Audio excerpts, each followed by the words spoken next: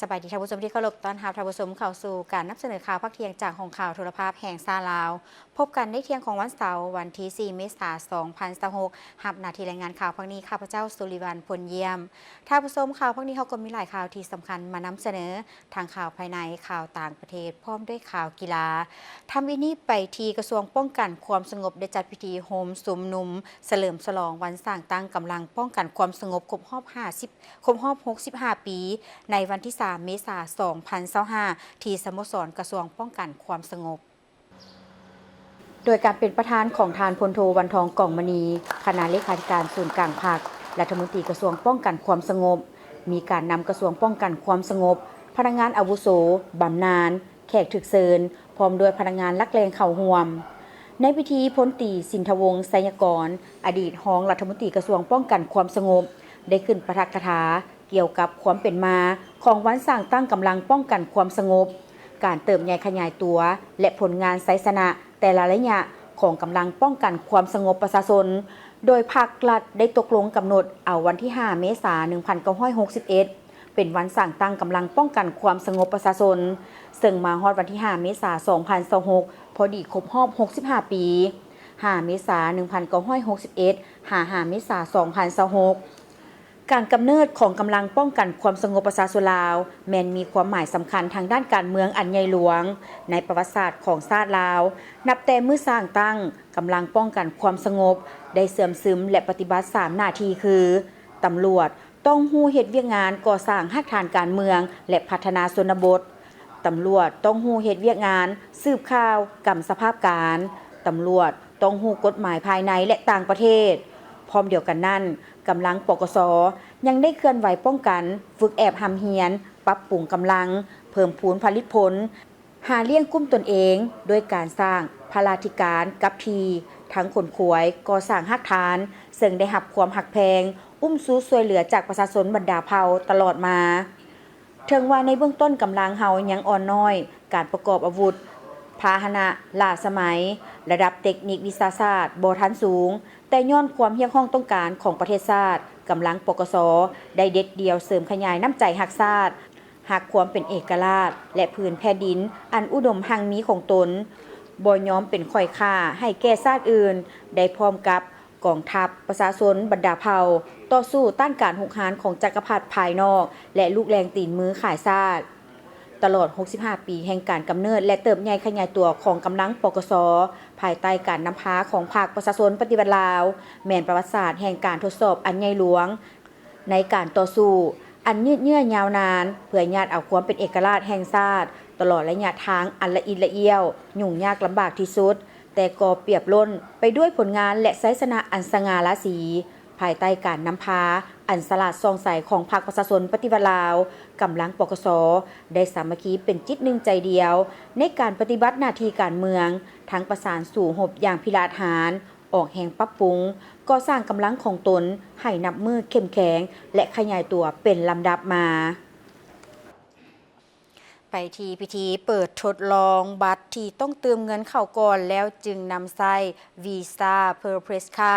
และพัฒนาวีซ่าเพย์เพื่อการชำระเงินดิจิตอลในลาวและสากลเป็น2 ทางให้แก่ประชาชนเข้าถึงการบริการระดับโลกทั้งเป็นการลดพรการใช้เงินการทดลองครั้งนี้แม่นการร่วมมือระหว่างบริษัทลาวโมบายมันนี่จำกัดผู้เดียวกับบริษัทวีซ่าซึ่งจัดขึ้นในวันที่ 2 เมษายน 2026 ที่นครหลวงเวียงจันทน์ให้เกียรติเข้าร่วมมิทานแก้ววิสุขโสรพรมรองรัฐมนตรีกระทรวงเทคโนโลยีและการสื่อสารท่านสุพลจันทวิสัยผู้อำนวยการใหญ่ของกลุ่มบริษัทลาวโทรคมพร้อมด้วยคณะผู้บริหารและคู่ร่วมธุรกิจบริษัทลาวโมบายมันนี่จำกัดผู้เดียวเป็นผู้ให้บริการ e-wallet สั้นนำในลาวได้ประกาศเปิดการทดลองนำไส้บัตรที่ต้องเติมเงินเข้าก่อนแล้วจึงนำไส้หรือ M Money X Visa Prepaid Card พร้อมกับพัฒนา Visa Pay เข้าในแอปโดยร่วมมือกับ Visa โดยมีธนาคารร่วมพัฒนาลาวมหาชนเป็นผู้ห้องหับการร่วมมือในครั้งนี้มีเป้าหมายเพื่อเล็งการนำไส้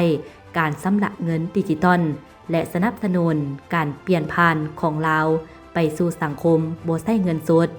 โดยการตืมเงินเข้าก่อนแล้วจึงนำใช้แม่นวิธีการชำระเงินดิจิทัลแบบครบวงจรผู้ใช้สามารถสร้างและใช้บัตรได้ทันทีในแอปโดยบ่จำเป็นต้องมีบัตรจริงและสามารถใช้งานได้ทั่วโลกนอกจากนี้ยังได้ศึกษาความเป็นไปได้ในการพัฒนา Visa Pay เฮ็ดให้การชำระเงินปองไวและสะดวกหลายขึ้นเช่นสแกน QR เพื่อจ่ายแตะเพื่อจ่ายและจ่ายออนไลน์ทางนี้ก็เพื่อช่วยให้ประชาชนลาวเข้าถึงบริการทางด้านการเงินระดับโลกที่ปลอดภัยทันสมัยและลดพรการใช้เงินสดไปต่อที่ทางท้องถิ่นคณะผู้แทนกองบัญชาการทหารเขต4และกลุ่มบริษัทร่วมมือเศรษฐกิจโกเอโกของแขวงเงอานสาธารณรัฐสังคมนิยมเวียดนามได้เข้าอวยพรการนำแขวงไซสมบูรณ์ในตอนเช้าของวันที่1 เมษายน 2026 นี้คณะผู้แทนจากกองบัญชาการทหารเขต4และกลุ่มบริษัทร่วมมือเศรษฐกิจโกเอโกแขวงเงอานสสเวียดนามซึ่งนำโดยสหายพลจัตวาห่วงยุยเจียนรองหัวหน้ากองบัญชาการทหารเขต4และกลุ่มบริษัทร่วมมือเศรษฐกิจโกเอโกแขวงเงอานสสเวียดนามพร้อมด้วยคณะเข้าพบปะและอวยพรการนำแขวงเสสมบูรณ์เนื่องในโอกาสวันบุญปีใหม่ลาวโดยการต้อนรับอย่างอบอุ่นของสหายพลอยคำหุ่งบุญยวงกรรมการส่วนกลางภาคเลขาคณะบริหารงานพรรคแขวงเสสมบูรณ์พร้อมด้วยคณะเข้าร่วมต้อนรับการเข้าพบปะในครั้งนี้จุดประสงค์ก็เพื่ออวยพรเนื่องในโอกาสบุญปีใหม่ลาวที่จะมาถึงในมม.นี้ฉะนั้นสหายพลจัตวาห่วงยุยเจียนก็ได้ตั้งหน้าให้คณะกล่าวแสดงความยื้อยามถามข่าวด้วยไมตรีจิตมิตรภาพและด้วยความฮักแพงพร้อมทั้งกล่าวอวยพรใส่อันประเสริฐมายังบรรดาการนำของแขวงจงมีสุขภาพแข็งแรงมีความสุขในชีวิตส่วนตัวและครอบครัวมีผลสำเร็จในหน้าที่เวียกงานทุกประการจากนั้นสหายพลอยคำหุ่งบุญยวงก็ได้ตั้งหน้าให้การนำของแขวงกล่าวแสดงความขอบอกขอบใจต่อคณะผู้แทนกองบัญชาการทหารเขต4และกลุ่มบริษัทร่วมมือเศรษฐกิจโกเอโกแขวงเงอานที่เสียสละเวลาอันมีคุณค่ามาเยี่ยมยามและอวยพรในครั้งนี้พร้อมทั้งกล่าวอวยพรใส่อันประเสริฐให้คณะดังกล่าวจงมีสุขภาพแข็งแรงมีพลานามัยสมบูรณ์มีความผาสุกในชีวิตส่วนตัวและครอบครัวประสบผลสำเร็จในหน้าที่เวียกงานตามแนวทางของภาครัฐมอบหมายให้อวยพรแด่มิตรภาพสายพัวพันร่วมมือแบบพิเศษระหว่างสองชาติลาวเวียดนามจงมั่นคงถนนแกนตลอดไปโอกาสนี้ทั้งสองฝ่ายก็ได้มอบของขวัญและพร้อมทั้งฮดส่งน้ำอวยพรซึ่งกันและกันตามฮิตของประเพณีของลาวอย่างอบอุ่นอยู่ที่ห้องรับรองสำนักงานปกครองแขวงเสสมบูรณ์กองผู้ซุ่มสรุปการจัดตั้งปฏิบัติเวียกงานอุตสาหกรรมและการค้าของแขวงไซยบุรีประจำปี 2025 และทิศทางแผนการปี 2026 ในพิธีทานปริญญาเอกใส่พรบุญสู่กรรมการพรรคแขวงหัวหน้าแผนกอุตสาหกรรมและการค้าแขวงได้ให้เกียรติกล่าวเปิดพิธีพร้อมทางผ่านบทสรุปเวียกงานอุตสาหกรรมและการค้าแขวงไซยบุรีประจำปี 2025 และทิศทางแผนการปี 2026ระยะปี 2025 นี้แขนงอุตสาหกรรมในการค้าได้ตั้งหน้าปฏิบัติหน้าที่ตามพระบทบาทและความรับผิดชอบสูงโดยสามารถญาติได้ผลสำเร็จที่ผลเด่นหลายด้านเช่นมูลค่าการผลิตด้านอุตสาหกรรมปรุงแต่งปฏิบัติได้ 388.43 ตือกีบเท่ากับ 108.4 ส่วนหอยของแผนการแม่น 358.07 ตือกีบและมูลค่าการจำหน่ายผลิตภัณฑ์อุตสาหกรรมปฏิบัติใด 561.59 ตือกีบเท่ากับ 107.7 ส่วนหอยของแผนการแม่น 521.18 ตือกีบการขึ้นทะเบียนวิสาหกิจปฏิบัติใด 617 หัวหน่วยรวมถึงจดทะเบียนทั้งหมด 1,379.15 ตือกีบเท่ากับ 274 ส่วนหอยของแผนการในนั้นคะแนนการผลิต 53 หัวหน่วยมีทุนจดทะเบียน 287.48 ตือกีบคะแนนการค้า 285 หัวหน่วยพร้อมนี้ยังได้เอาใจใส่ในการคุ้มครองราคาสินค้าได้มีการเพิ่มขึ้นโดยเฉพาะราคาน้ำมันเสื้อไฟการสุกโยส่งเสริมหัวหน่วยธุรกิจโฮงสร้างหัตถกรรมแกะสลักใหม่เพื่อเสนอเข้าหับกาไม้โอดอปแห่งศาสตร์สินค้า1เมือง1ผลิตภัณฑ์ใน1 ปีผ่านมาการขยายสินค้า1เมือง1ผลิตภัณฑ์อิงตามมติ สภาในปี2025ให้ขยายตัวเพิ่มขึ้น2หัวหน่วยแม่นบ่สามารถบรรลุได้ตามแผนเนื่องจากว่าบรรดาหัวหน่วยธุรกิจตัวแบบและธุรกิจทายแห่งที่อยู่แผนเป้าหมายการสุกยูส่วนใหญ่ยังบ่ทันได้มาท่านตามข้อตกลงของรัฐมนตรีกระทรวงอุตสาหกรรมและการค้าวางออกและอยู่ในส่วนการปรับปรุงเอกสารมาท่านโรงงานผลิตเทคนิคต่างๆปัจจุบันในแขวงไสยบุรีมีสินค้า1เมือง1ผลิตภัณฑ์แล้วจำนวน17หัวหน่วยสิ่งสำคัญแม่นได้สำเร็จโครงการก่อสร้างตาข่ายไฟฟ้าแห่งดัน22กิโลโวลต์แห่งดันต่ำ 0.4 กิโลโวลต์และติดตั้งหม้อแปลงเข้าบ้านพลสิดาและบ้านนาคอนแก่นเมืองไสยบุรีมฮอดปัจจุบันมีโครงการซอกคนสำรวจขุดค้นและปรุงแต่งแห่ธาตุที่ขั้นส่วนกลางและแขวงอนุญาตมีทั้งหมด27โครงการขั้นส่วนกลางอนุญาต11โครงการในนี้ซอกคนสำรวจมี1โครงการ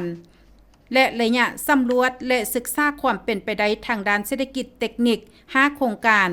ขุดค้นและปรุงแต่งแห่ธาตุ6โครงการและขั้นแขวงอนุญาต16โครงการจากนั้นผู้เข้าร่วมได้ผลัดเปลี่ยนกันประกอบคำคิดคำเห็นเพื่อแนวใส่สรุปติราคาการจัดตั้งปฏิบัติแผนพัฒนาเวียกงานแขนงอุตสาหกรรมและการค้าประจำปี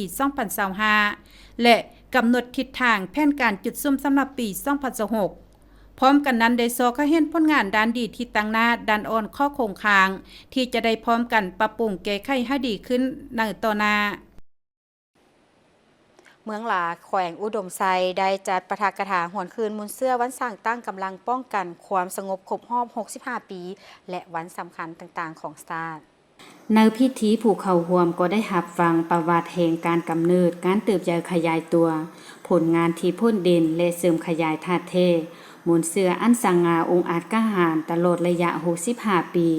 ของกำลังป้องกันความสงบประชาชน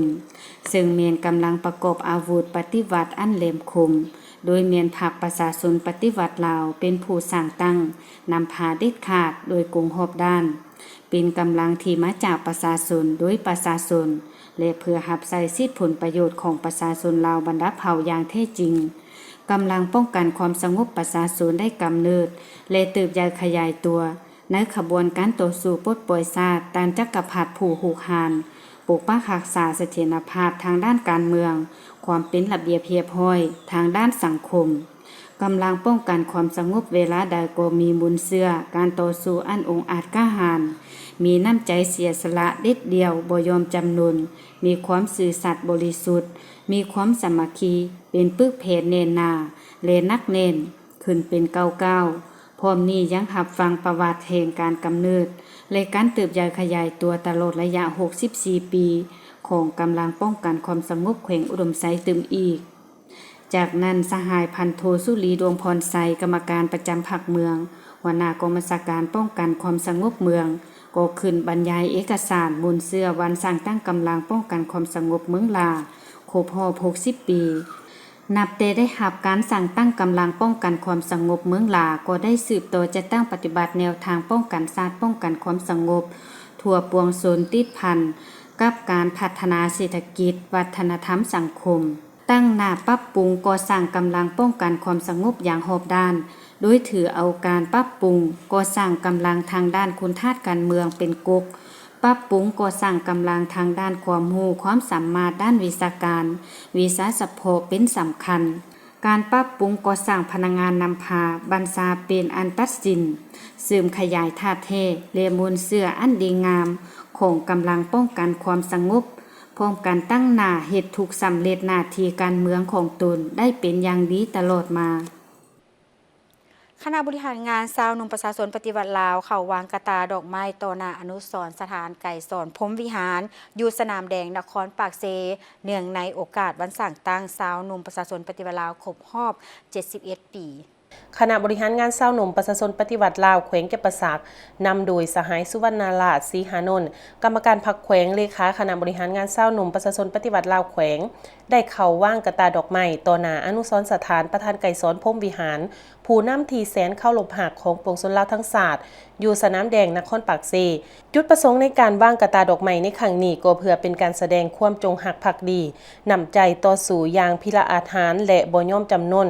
ของการนำปฏิวัติโดยเฉพาะแมนประธานไก่สอนพรหมวิหารสมาชิกชาวหนุ่มหุ่นทำอิฐ ผู้กำคันทุงน้ำหนาของขบวนการหักศาสตร์และปฏิวัติหุ่นนุ่มของผักที่เสียสละเลือดเนื้อต่อสู่กู่ศาสตร์จนสามารถได้ชัยชนะอย่างสมบูรณ์และสถาปนาเป็นสาธารณรัฐประชาธิปไตยประชาชนลาวในวันที่ 2 ธันวาคม 1975 นอกนี้ก็เพื่อเป็นการระลึกถึงบุญคุณงามความดีที่ประธานไกรสนพรหมวิหารได้สร้างไว้ให้กับชาวหนุ่มคนหุ่นใหม่ได้สืบทอดภารกิจของศาสตร์ทั้งเป็นบ่อนศึกษาอบรมชาวหนุ่มเยาวชนทันวาอนุชนทันวาและยังเป็นบ่อนศึกษาคนขัวหำเฮียนเอาแบบอย่างคุณงามความดีของการนำหุ่นเก่าอีกด้วยกองประชุมครั้งปฐมฤกษ์ของสภาประชาชนแขวงบริคำไซสุดที่ 5กองประชุมครั้งปฐมฤกษ์สภาประชาชนแขวงบริคำไซสุดที่ 5ได้จัดขึ้นอย่างเป็นทางการภายใต้การเป็นประธานของท่านสุวรรณีไสสนะประธานสภาประชาชนแขวงบริคำไซให้เกียรติเข้าร่วมของท่านกองแก้วไสสงครามกรรมการศูนย์กลางพรรคห้องประธานสภาแห่งชาติทางเป็นสมาชิกสภาแห่งชาติสุดที่ 10ประจำเลือกตั้งที่ 11แขวงบริคำไซท่านสนธนูธรรมวงศ์กรรมการศูนย์กลางพรรคเลขาคณะบริหารงานพรรคแขวงสมาชิกสภาแห่งชาติสุดที่ 10ประจำเลือกตั้งที่ 11แขวงบริคำไซมีภารการอาวุโสบำนาญผู้ทรงคุณวุฒิต่างหน้าองค์การจัดตั้งภาครัฐองค์การจัดตั้งภาคีองค์การจัดตั้งมหาชนกองประชุมครั้งนี้จะได้รับฟังการรายงานผลการเลือกตั้งและยั่งยืนคุณลักษณะของสมาชิกสภาประชาชนแขวงสุดที่ 5เลือกตั้งเอาประธานสภาประชาชนแขวงบริคำไซสุดที่ 5ตามการเสนอของคณะประจำสภาประชาชนแขวงสุดที่ 4เลือกตั้งห้องประธานสภาประชาชนแขวงและกรรมการคณะประจำสภาประชาชนสุดที่ 5พิจารณารับรองเอาการแต่งตั้งประธานคณะกรรมการและหัวหน้าห้องว่าการสภาประชาชนแขวงสุดที่ 5พิจารณารับรองเอาการแต่งตั้งประธานองค์การกวดการรัฐแขวงและหัวหน้าองค์การต้านการโซลาดบางหลวงพิจารณารับรองเอาแผนการจัดตั้งปฏิบัติแผนพัฒนาเศรษฐกิจสังคม5ปี2026-2030ของแขวงพิจารณารับรองเอาแผนการเคลื่อนไหวเวียกงาน5ปี2026-2030ขององค์การกวดการรัฐแขวงพิจารณารับรองเอาแผนการเคลื่อนไหวเวียกงาน5ปี2026-2030ขององค์การอัยการประชาชนแขวงและศาลประชาชนแขวงพิจารณารับรองเอาแผนการเคลื่อนไหวเวียกงาน5ปี2026-2030ของสภาประชาชนแขวงสุดที่ 5พิจารณารับรองเอาแผนการสร้างและปรับปรุงนิติกรรมของแขวง5ปี2026-2030